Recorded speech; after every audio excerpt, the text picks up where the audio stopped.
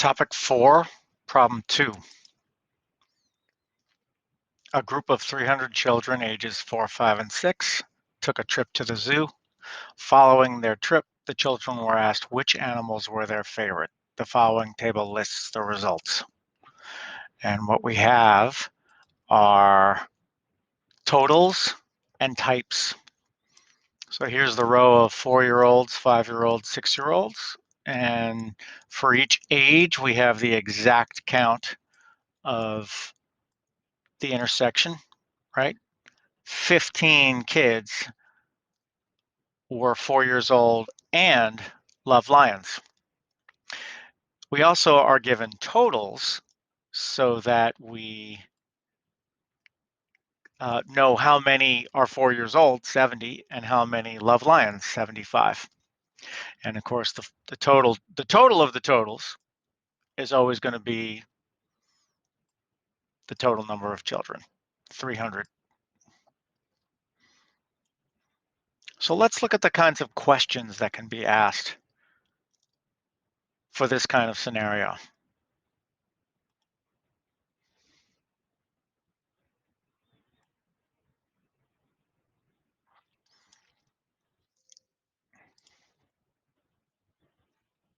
So here's the first question. Randomly selecting a child,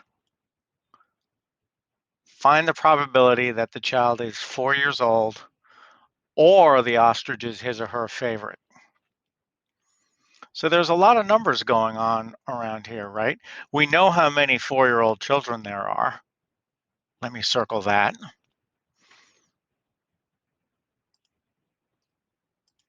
Right? We know that there are 75 four-year-olds. All right. We also know that for the ostrich, there are 19 ostrich lovers. So we might be tempted to just go, oh, 75, 19, that makes 94. But that would be wrong, because what you have to remember is these 5 children love ostriches, and they're also 4 years old. I think I gestured in the wrong way. They love ostriches and they're 4 years old. Well, that means if you add 75 to 19, you counted 5 twice. So you have to subtract it off. I call this my overlap rule, right? You've got it when you've got two sets overlapping each other to find the total size, the total probability, the total amount. You have to, of course, subtract the overlap off because it got counted twice. 2 pancakes on a plate don't cover up the area of their sum. They're double stacked. So where they're double stacked, they only cover up once. So you got to subtract one off. Well, I call it, stacking or subtracting the overlap or whatever, but it's also called the generalized addition principle, right? That's the one where you take to find the probability of a union, right? Let's make this ostrich union 4, right? The generalized addition principle states, oh, to take the probability of a union, take the probability of the first thing, add the probability of the second thing, and subtract the intersection, right? I hate memorizing formulas. Sorry, I just do. So I'd rather understand what's going on. And you can almost see it. I mean, I often talk about, it's a little bit silly, but I often talk about blue and red and purple, right? If I thought of my row as colored blue, oh, sorry about that. That was a little messy. If I think of my row as being colored blue, my 4-year-olds are colored blue. and I think of my ostrich lovers as being colored red.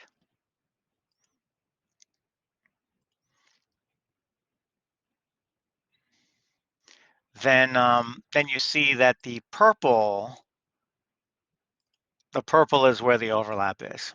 There's the red, there's another red, and you can see the overlap is where the purple is. Red and blue make purple.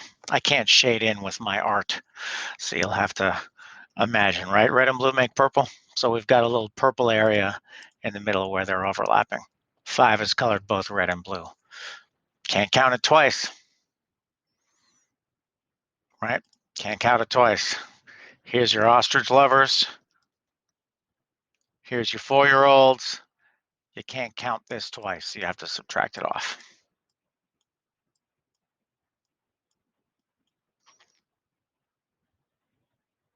Oh, to make it a probability, right? 75 plus 19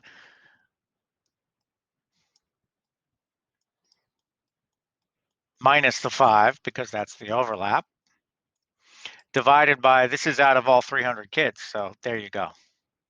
So whatever that arithmetic comes out, that's your answer. This isn't the only kind of question that can be asked for a table of values like this. There's a lot of stuff that can be asked. Let's take a look at another kind of question. Another kind of thing you can ask about is picking 2 children in a row and asking, do they wind up being the same kind?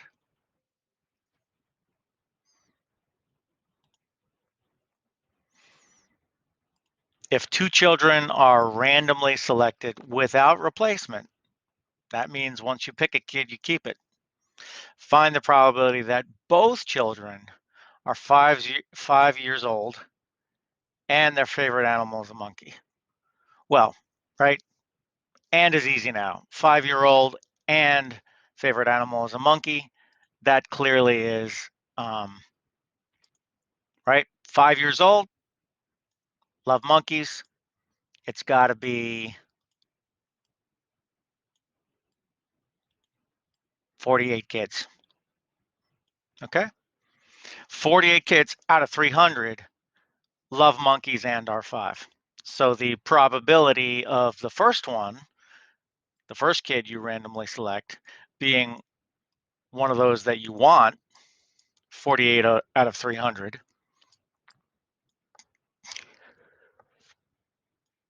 And then the second one, well, the second one, there's one less kid, so it's out of 299. And there's also one less kid who's 5 years old and loves monkeys. So there's your probability, right? Multiply it out, look at your multiple choice to see what matches. Is it a fractional form or is it a decimal? If it's a decimal, then you probably want to go ahead and punch this into your calculator. If it's fractional form, I'd probably do the same thing. These numbers are so ugly. I would just hope that I could type any fractions in the answers into my calculator and get the decimal that's closest to this decimal answer. You can use your calculator sneaky ways like that. It's all right. Of course, the most interesting kind of problem that comes around when we have a table with rows and columns is row probabilities and column probabilities. By this time, you've already studied conditional probability. So you know that those early problems in the book with tables and saying, hey, what's the effect of this on that?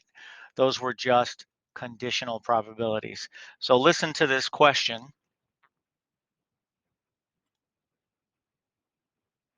which might have been a challenge at the very beginning of the course, but now feels kind of natural.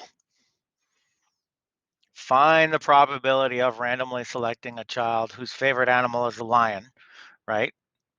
But it doesn't end there, right? Whose favorite animal is a lion, that just be all the lions divided by all the kids, 70 over 300. But that's not where the statement ends. Given that the child is 4 years old. Oh, we are given that the child is 4 years old, right? We know the child is 4 years old. So we can just go ahead and flat ignore everything else because this is just a 4-year-old child. So none of this other stuff has any relevance to us. It's gone. Given that the child is 4 years old, oh, right? You got your given, then stick to your given. And then answer the question. Find the probability of randomly selecting a child whose favorite animal is a lion, given that you're only looking at the 4-year-old row. That's what we're trying to do now, and that's a very reasonable question, right? Favorite animal is a lion out of these 75 kids that are 4 years old. So that's a 15 over 75 as the answer. Now I want you to stash that, right? Because we have a formal way to handle conditional probability. Remember, there's that formal way to write it down, and there's that formal way to compute it. So let's look at that, right? Formal conditional probability is written this way. We still put the question first, kind of like the way this was written, right? The favorite animal is a lion. It's supposed to be a script L. And we're given that the child is 4. We have a formal way of computing this probability that simply states the conditional probability is the probability of the intersection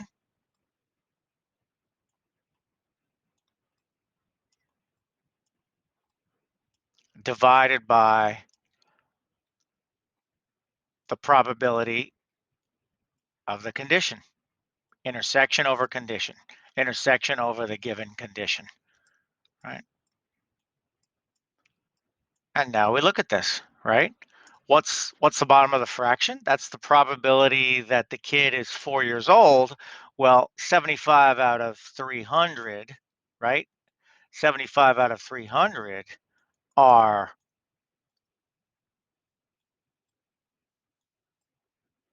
4-year-old kids. And the top of the fraction, probability of lion intersect 4. Well, there are 15 kids, we identified them earlier, who are lion-loving 4-year-olds. So the probability of a random kid being selected as a lion-loving 4-year-old is 15 over 300, right? Randomly selected from all the kids. Well, it doesn't take too much arithmetic to realize that the 300s cancel out and you get 15 over 75. The formal reasoning works if you're getting a little confused, just memorize. Conditional probability is the intersection divided by the condition. That's it. You've got an event, you've got a condition. Put the intersection of the event and the condition on top, and then put the condition on the bottom. And you'll be able to figure it out from more basic numbers, let's say. If you want to figure it out sort of more intuitively, feel free to do what we did first. Oh, kid's 4 years old. Let's ignore everybody but those 75 kids. So when we talk about loving lions, it's got to be out of those 75, 15 out of 75, right?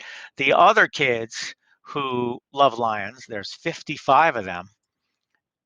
They don't matter, right? There are 70 lion loving kids, and there are 75 4-year-olds. But when we're talking about a probability over 75, we can't use the 32 and the 23. We can't use the total of 70. We have to use only the 15 out of the 75. Oh, 15 out of the 70. Oh, that's 15. That's 4 years old, intersect lion. See, that's how the formula got derived. You can't use anything outside of lions. So you can't use anything outside of 4-year-olds, right? So you better use the 4-year-olds only. That's why you intersect with 4-year-olds.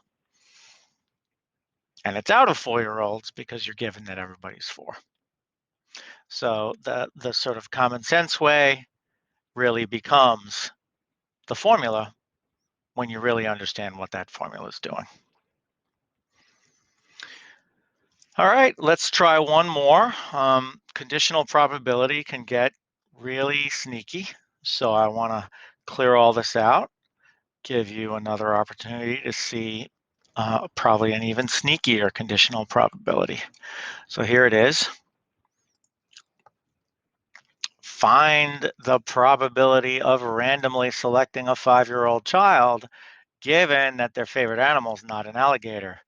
Did you hear I said age first and given their favorite animal second? That was the opposite. Remember, we were first looking at all the 4-year-olds. Given a 4-year-old, what's the chance they love an animal? This is exactly the opposite. This is given a particular age of kid, right? Given a particular age of kid, sorry, what's the chance of somebody being 5 given that they have a favorite animal? Well, actually, there's a not here, so we're going to deal with that.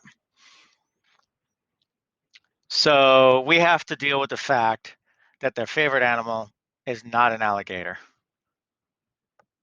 Same deal. That's the condition. The condition is they love lions, monkeys, ostriches, or elephants. So you can't count alligator loving kids when you do your work. So that's simple, right? Sorry about that again. These kids no longer exist. We're not interested in what those kids feel because they're alligator loving kids, and we're only interested in kids who don't love alligators. And then we answer the question in that scenario, right? So I'll put the line weight up. That's gone. These kids just simply don't exist in terms of what we care about. So we better watch out here, right? We better not be thinking too much about the total numbers because they've been modified by this, right? We can't use these numbers safely. I do want to. I'm going to kind of sneak this in a little bit. I'm going to move that over because we can see, you know, if we move this over a little bit too, we can figure out some totals by subtracting, right? It's probably easier to take 75 minus 10, right? It's probably easier to take 75 minus 10 than it is to add up 15, 25, 5, and 20. I mean, it's just arithmetic either way. So don't get too hung up on it. And if you really get confused by subtracting from totals and all that, just deal with the slower arithmetic. I want to be efficient. I want to model the way you ought to train yourself for the test. So I am going to do the corrected totals. That's the way I think of it, right? I'm going to do those, right? There are 65 4-year-olds who don't love alligators. There are, let's see, 125 minus 20. There are 104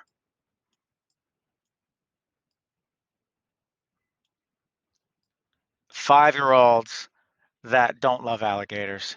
And finally, there are 93 6-year-olds who don't love alligators. Find the probability of randomly selecting a 5-year-old child given that they don't love alligators. Oh, okay. We have 104 5-year-olds, right? 104 5-year-olds out of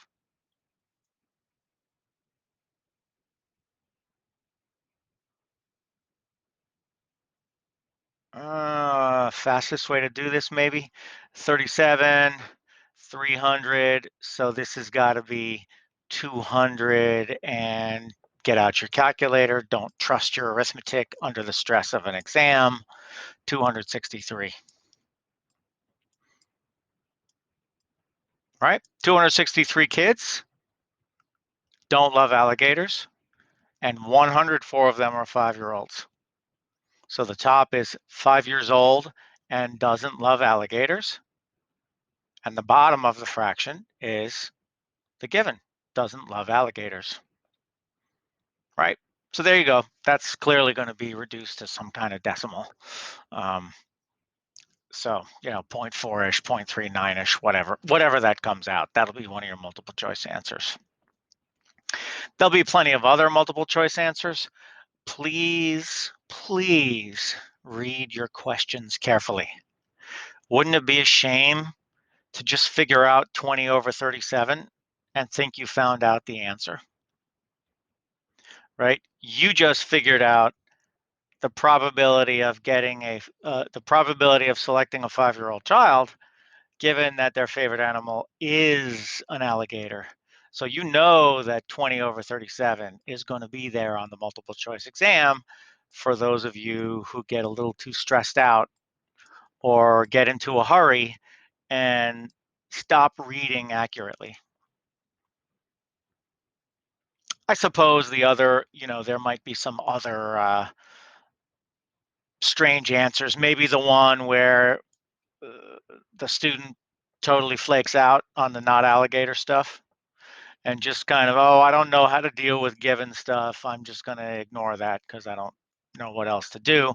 But they can figure out, what's the chance of a 5-year-old that a randomly chosen kid is 5 years old, right? That's the non-conditional probability.